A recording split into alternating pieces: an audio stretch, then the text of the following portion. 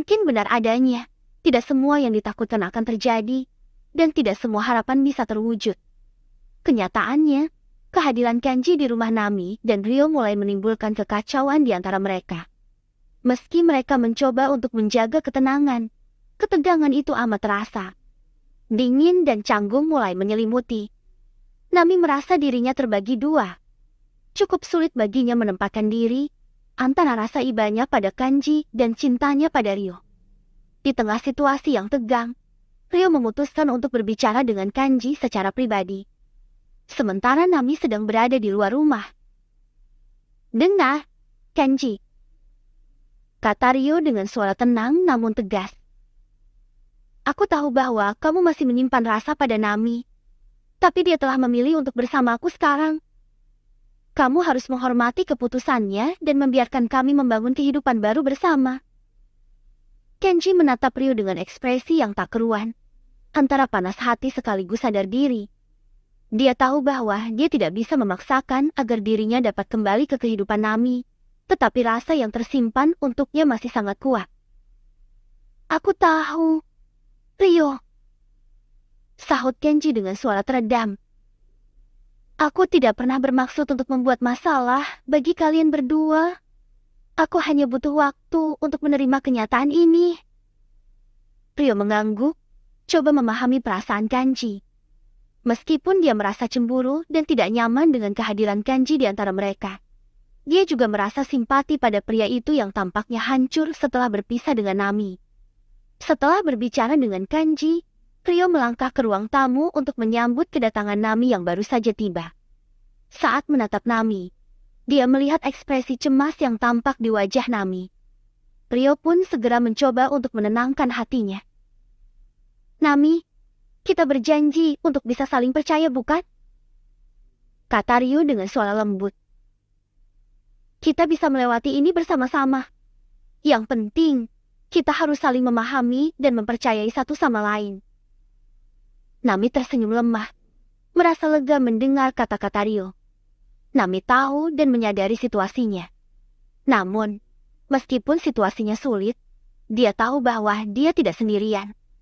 Dia memiliki Ryo di sisinya, dan bersama-sama mereka bisa melewati segala rintangan yang menghadang.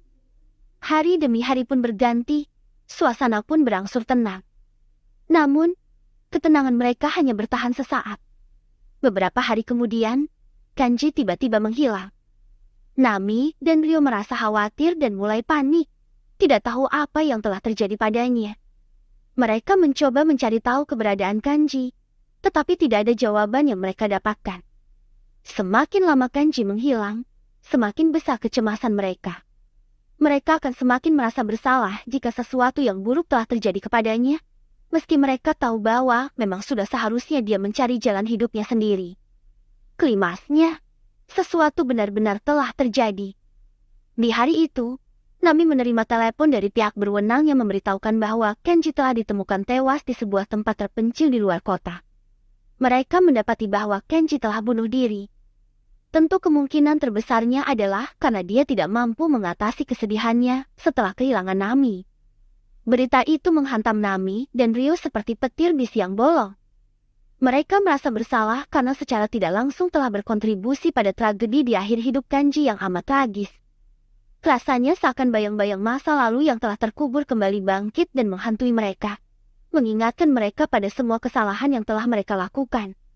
Di tengah kehancuran dan penyesalan, Nami dan Ryo merasa terjepit di antara rasa bersalah dan kehilangan. Mereka menyadari bahwa mereka harus bertanggung jawab atas peran mereka dalam pengambilan keputusan yang begitu tragis. Kepergian Kenji membuat mereka menyadari betapa besar dampak dari perselingkuhan mereka, dan mereka sadar bahwa mereka harus memperbaiki kesalahan mereka dengan cara apapun. Dalam suasana yang penuh dengan keputusasaan, Nami dan Ryo tetap saling mendukung satu sama lain. Mereka menghabiskan waktu bersama untuk merenungkan kesalahan mereka dan berusaha untuk mencari jalan keluar dari situasi yang rumit ini. Meskipun mereka tahu bahwa mereka tidak bisa mengubah apapun yang telah terjadi, mereka bertekad untuk terus berusaha menjadi pribadi yang lebih baik di masa depan. Dalam perjalanan mereka menuju penerimaan diri dan pemulihan hati, Nami dan Ryo memutuskan untuk mencari bantuan dari seorang konselor.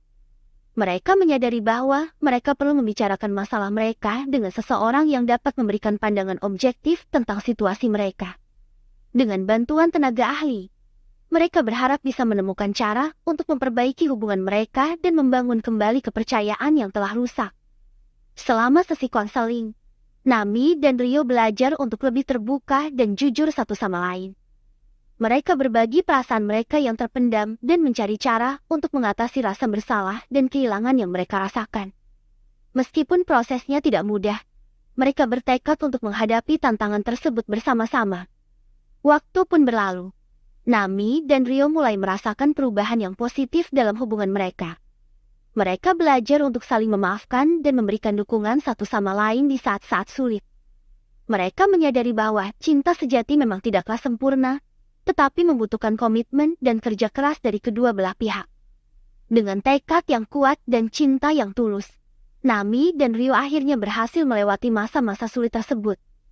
Mereka tumbuh lebih kuat sebagai pasangan dan telah belajar untuk menghargai hubungan mereka dengan cara yang lebih baik. Meski bayang-bayang kesalahan masa lalu akan selalu mengintai, mereka memilih untuk fokus pada masa depan mereka bersama dan berupaya membangun kebahagiaan yang sejati. Hari demi hari terlewati. Masih dalam perjalanan menuju pemulihan yang teramat panjang, Nami dan Rio bertekad untuk mencari pengampunan dari orang-orang yang telah mereka sakiti. Mereka sadar bahwa mereka harus bertanggung jawab atas tindakan mereka dan mencoba memperbaiki kesalahan mereka sebisa mungkin.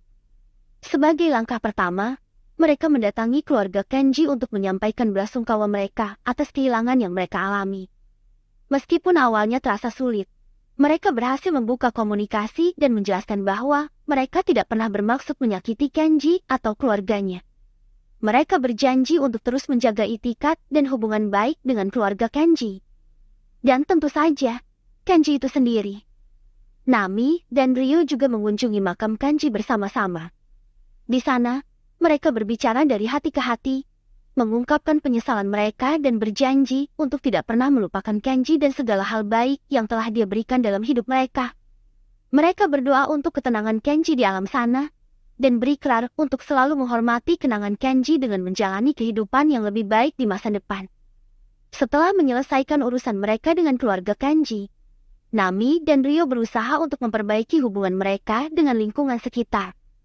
Mereka menyadari bahwa perselingkuhan mereka telah menimbulkan pergunjingan di antara orang-orang yang mereka kenal, dan mereka ingin membersihkan nama baik mereka sebisa mungkin. Dengan berbicara secara terbuka dan jujur kepada teman-teman dan kenalan mereka, Nami dan Ryo berusaha untuk mengklarifikasi kesalahpahaman dan meminta maaf atas semua yang telah terjadi. Meski tidak semua orang bisa dengan mudah menerima permintaan maaf mereka dengan lapang dada, mereka berusaha untuk tetap menjaga integritas dan kejujuran mereka. Dalam prosesnya, Nami dan Ryo pun telah belajar untuk lebih menghargai satu sama lain dan hubungan mereka. Mereka menyadari bahwa meskipun cinta mereka terlarang pada mulanya, tidak berarti bahwa itu sama sekali tak berharga. Itu sangat berharga bagi mereka. Mereka berjanji akan selalu menjaga hubungan mereka sebaik mungkin, serta belajar dari kesalahan mereka untuk membangun masa depan yang lebih baik.